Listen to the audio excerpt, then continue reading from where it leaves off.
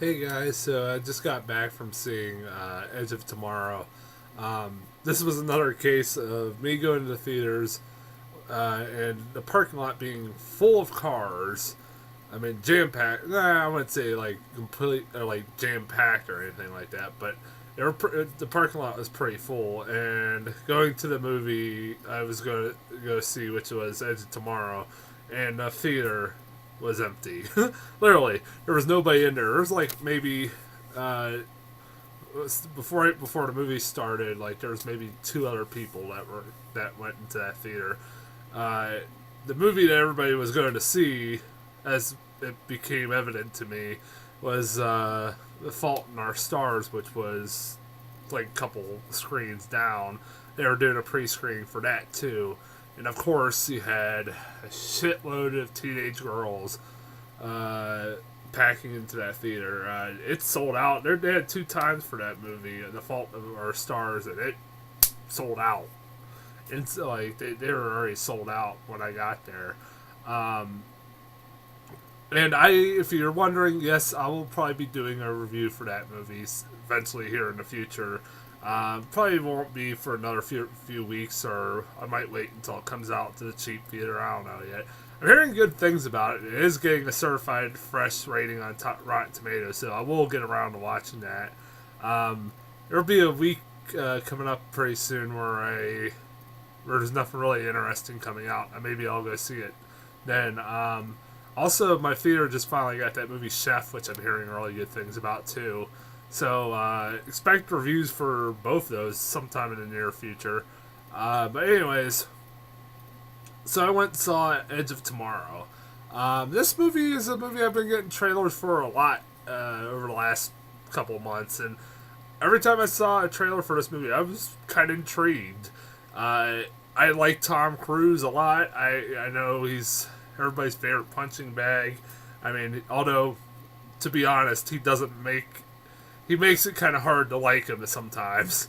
But I still like. I think he's a solid actor. I always have, and he's always made some pretty good action movies. I mean, the thing I love about the guy is that he does his own fucking stunts. I mean, if you don't know, I mean, fucking, I've watched that recent Mission Impossible movie, and I remember going, that scene. I remember thinking that scene where he's hanging off the building, tallest building, was really impressive, and I'm like, man, that looked really cool. Then I found out he was actually hanging on the side of that fucking building in real life.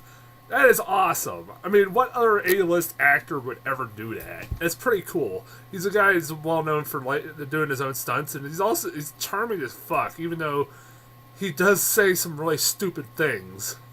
uh, Trust me, I know. And it makes it hard to like him sometimes, but I always think he's a good actor. And this movie, it looked kind of intriguing. It looked like Groundhog Day, mixed with Source Code, like Groundhog Day, but like with an alien invasion. It also was reminding me of like Source Code, which came out a couple years ago. It was really good. It kind of had that kind of same concept, being a sci-fi film where a guy has to repeat a day over and over and over again, and has to keep getting killed over and over and over again.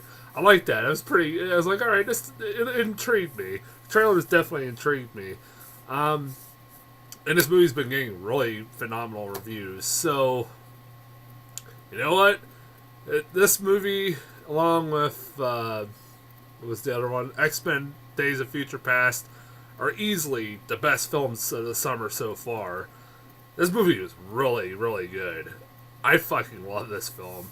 It was a fun ride. It was really fucking good. The cast in this movie was phenomenal. Tom Cruise is, in my opinion, probably pulled off one of his best performances in a long time in this film. He is really good in this film. He's not your like typical Tom Cruise action hero role in this film. He doesn't play the typical Tom Cruise action hero role he usually does in these kinds of films.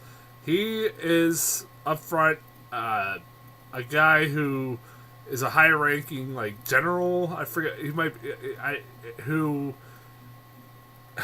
has never seen never been on the battlefield before and gets stuck on there on the battlefield by basically he's forced into being on the battlefield, and he makes no buts about it that he has no idea what he's doing and stuff like that. And he only basically starts becoming really good when he gets trained with gets trained by Emily Blunt.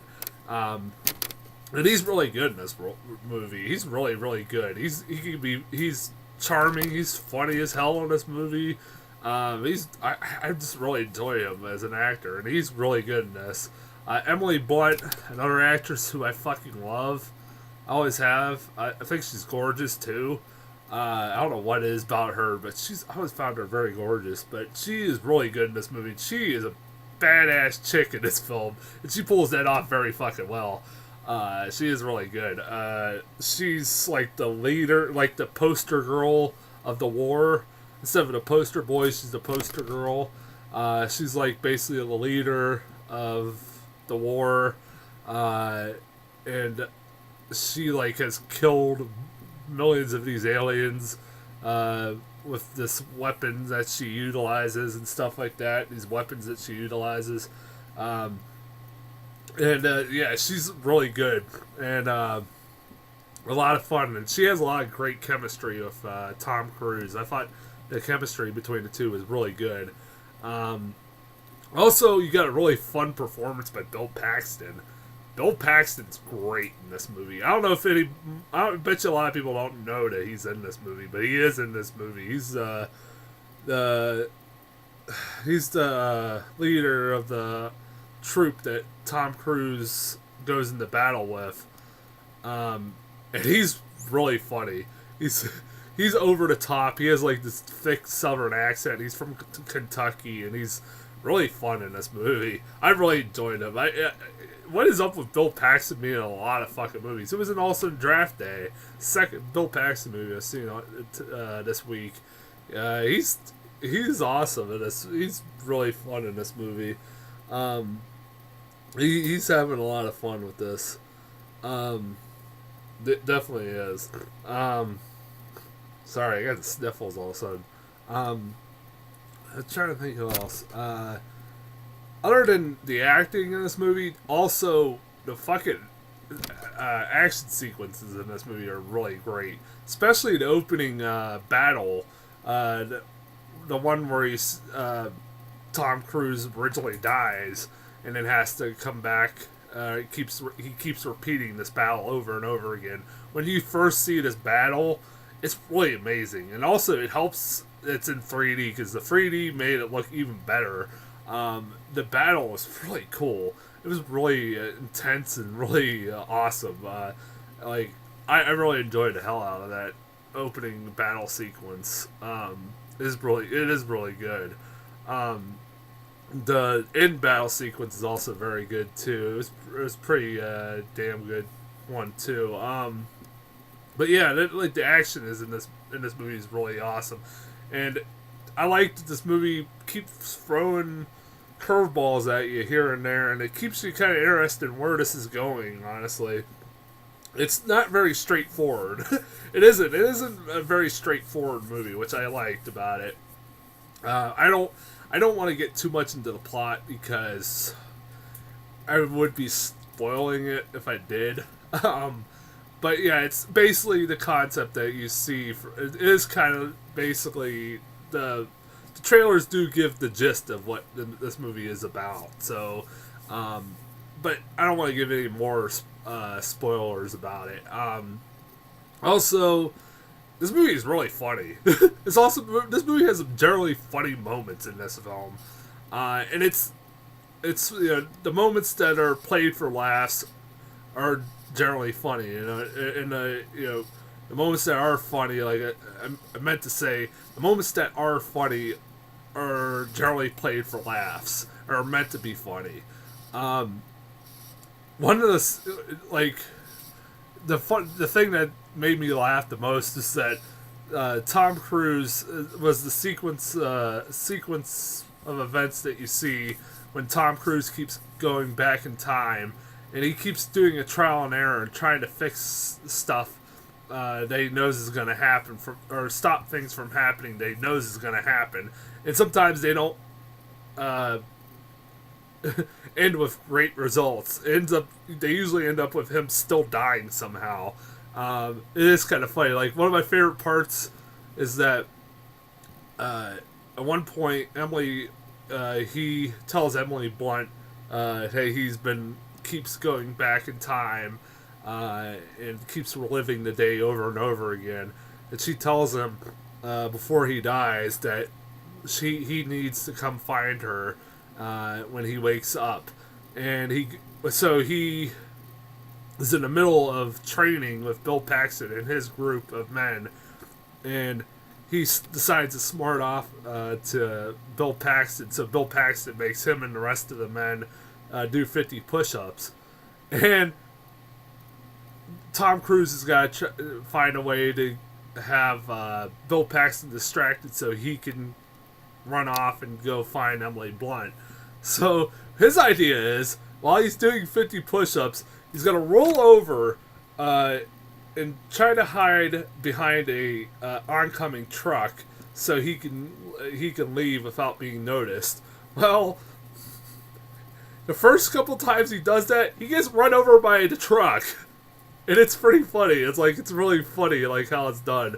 Like, there's a lot of instances, like, he keeps trying to do something and then he ends up getting killed anyways by just his own stupidity. And it is kind of funny. There are pretty funny sequences in this movie when that happens. I really enjoyed that.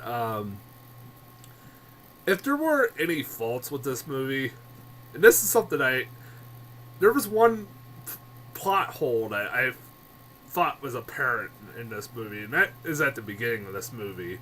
And it's when, at the beginning of this movie, like I said, Tom Cruise is a I don't know what the hell he is.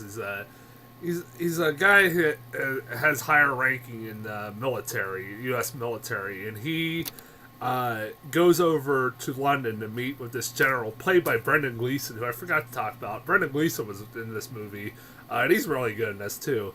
And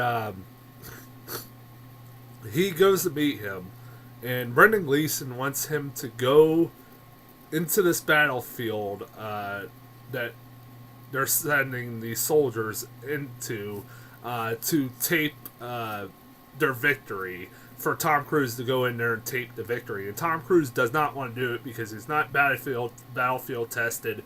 He doesn't want to do it, and he tells him no. And so Brendan Gleeson doesn't take it very lightly and decides to have one of his men taser Tom Cruise. And so when Tom Cruise wakes up, he's on Army base with Bill Paxton in them. And he's held against his will. And basically, they give Bill Paxton instructions that this guy is a deserter and that you have to keep an eye on him, and that he was impersonating a general, and don't believe anything he says. Where I have a problem with that is the fact that right before the scene happens, they show like newsreel footage of, like, you know, when the aliens first attack and stuff like that, and they show aliens invading and all these countries and stuff like that.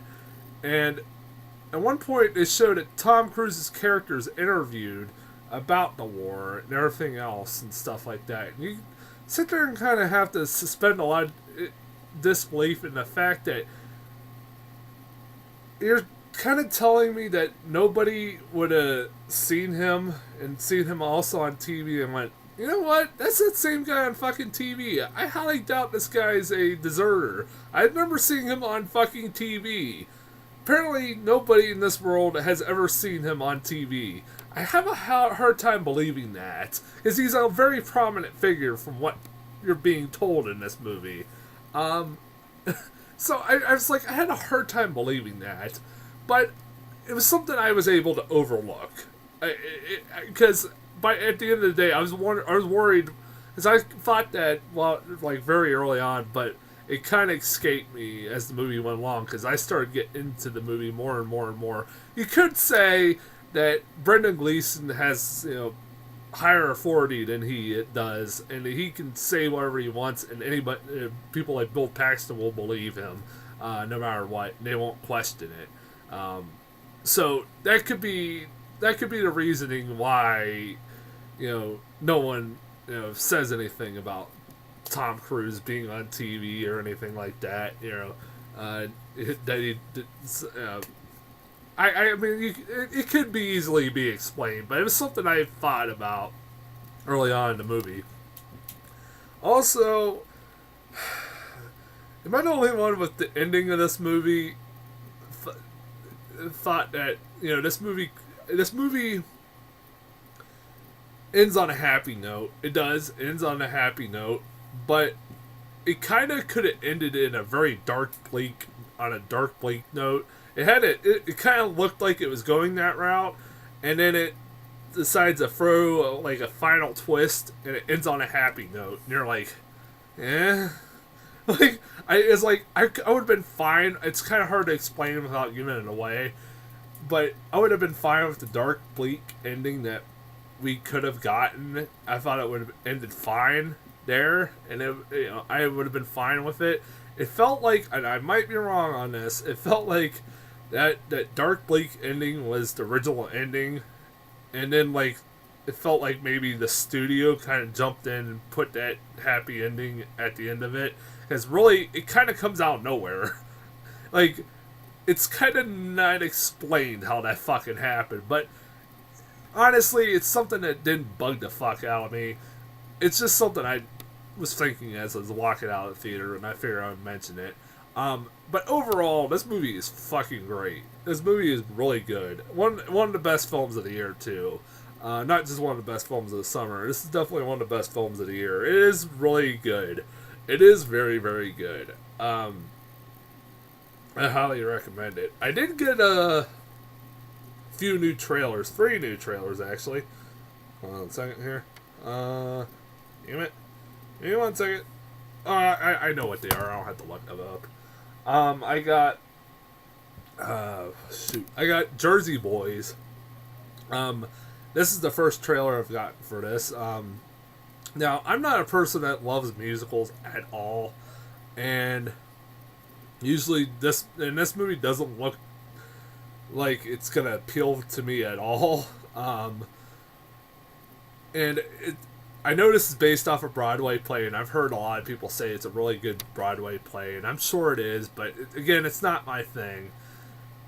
And is this based off like a real band from the 50s? Because I know I've heard those songs before, and I know they're not just from the Broadway play. I know I've heard those songs before. I'm pretty sure that this is based off a real band. But the one thing that does make me want to probably go see it, I probably will end up seeing it, is because it's being directed by Clint Eastwood. Now, this is a weird project for Clint Eastwood to do. I mean, I like the fact that he doesn't always do the exact same thing every time when he directs a movie. And this is definitely something he's never done before. I've never seen him do a musical. So, I don't know. I like Clint Eastwood as a director. I really do. I think he's one of the best directors out there. So, I'll check it out. I mean, I usually go see anything that he directs. The only one I didn't see was Hereafter, which I heard really bad things about. So, maybe this will be good. I got the new trailer for Deliver Us from Evil. I liked the first teaser trailer that we got for this film. I thought it was really creepy. The teaser that we got originally was really creepy. And this one kind of gives you more of what the story about this movie is. It's basically a cop who comes across during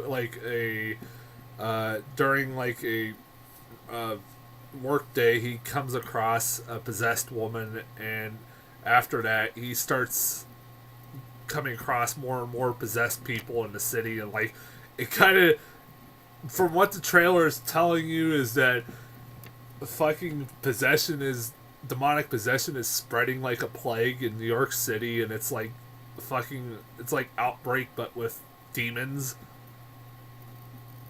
Whatever.